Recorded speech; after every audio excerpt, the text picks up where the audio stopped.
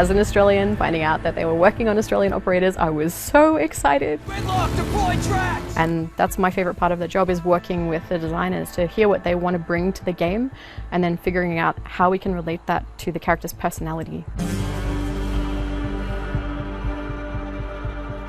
What we wanted to achieve is to finally get an attacker that would be able to turn the level design against the defender. We always had in our mind this idea of she needs to conquer rooms. The basic tools that we use were actually usually the most functional for that, which is a bit of damage to feedback how dangerous the device can be. The bigger threat, I think, of this device is the fact that it slows you down, which is a terrible moment to take a gunfight. And it does sound, so it still gives a warning. They came to me with that story of, okay, she's a mechanic, she grew up in a farm, she needed to be naturally strong.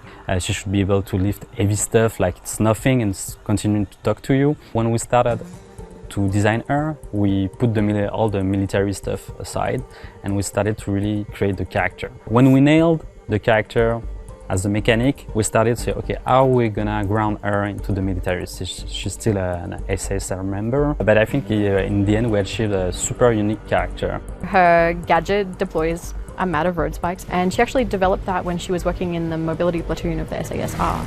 It used to be mounted on the truck. And then with some finagling, she got it down to something that was portable that she was able to use. Well, if you want to stop traffic, Gridlock is the one who's going to be the person to do it. That's really it. She's the one who's going to get everything shut down so that we can talk about this like adults.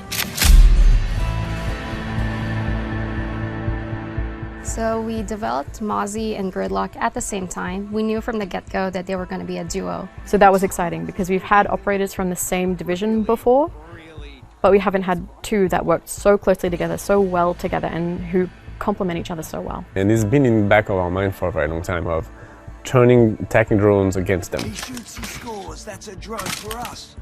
But we did iterate a lot on, so what's the delivery system? How do I get control of the drone? Gridlock and Mozzie, they first met at the inaugural Robot Wars in Australia. They were competing at the time. Mozzie, his robot was not working. And so he asks Gridlock, he's begging her, Gridlock, can you lend me a hand?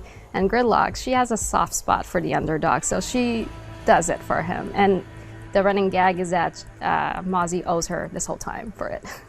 Mozzie is a speed demon. He's a dirt bike daredevil. He's crazy, but he's also calculated, and that's why he got picked to join the SASR.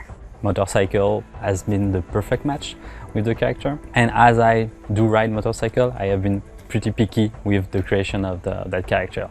Like all the gear, the helmet, we have really tried to make something realistic and that could work. So the pest was really funny to design. I wanted something that could fit really on him and that he could use on his motorcycle. We still in the fantasy of where on the road, he needs to deploy his gadget, how does it work? So I wanted something low-tech because of the dust, the sand, it has to work anytime, if there's rain, whatever, it has to work. So the slingshot was something really interesting. Drone hack, right on the mark. So we wanted to be like a small animal, and especially connected with Australia. Definitely spiders, so even for if you look at the tracks, from Gridlock, the way it's designed, it's kind of a spider web. So the connection with animals and danger was definitely something we wanted.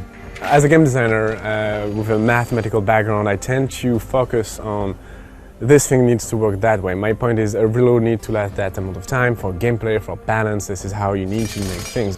However, seeing that reload made me realize how much I'm wrong about being willing to ignore everything around the gameplay, the pure gameplay, because just seeing it gives me this warm feeling of fun and excitement. No, I just seen a cool animation and gave us all the personality that this character needed, and all of a sudden I'm involved in the game even more. That's one of the amazing things of working in the gaming industry. We've surrounded so many talented people with so many different skills. And to me, it's so enjoyable to just be reminded of how what they're doing is awesome, actually, on a daily basis. So Australia, it was very inspiring. Colorful palette, all the crazy references, crazy movies, obviously.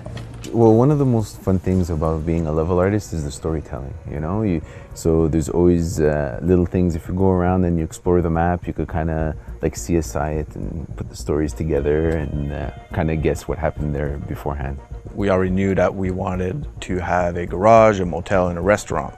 Like any other map, we start by references, right? We go get references on roadhouses, on hotels, on garages, and all that. Something that we felt like we nailed on really quick was how quick people were able to learn the map. It was crazy. After the first prototype, some of the game designers came over. They were able to tell me, yeah, I can already draw the map in my head after a single playthrough. So that's when we knew, okay, we really got something here and we got to keep pushing onto that to bring it to the next level. Every time there's a door frame, I want to make sure that within that door frame is framed the thematic of the next room. So as you look through it, you could see the bull on the other side.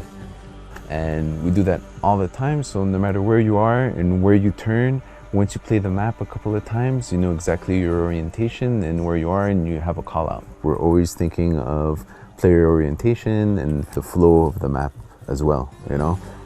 Something as simple as placing a chair. You move it over 10 centimeters and you can completely break the flow of a player's direction, you know? So we're constantly doing little tweaks, talking with my level designer, and we're moving a table over 10 centimeters here, 10 centimeters there to completely help the workflow. But I think a lot of what we have in the characters of Mozzie and Gridlock is what it is to be an Australian. It's not about being Crocodile Dundee. It's about the little things that we say to each other, the way we phrase things, the kind of tone we take with each other, that we really try to get into their lines to have that relationship with the world that is so Australian.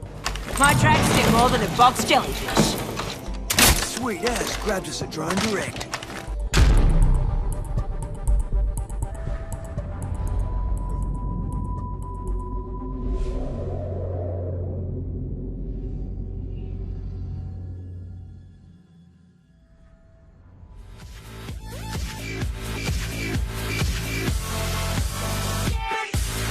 Like and share if you enjoy the video and think others might benefit from this, and of course subscribe and hit the notification button if you are new to the channel and want to be notified every time I post a video.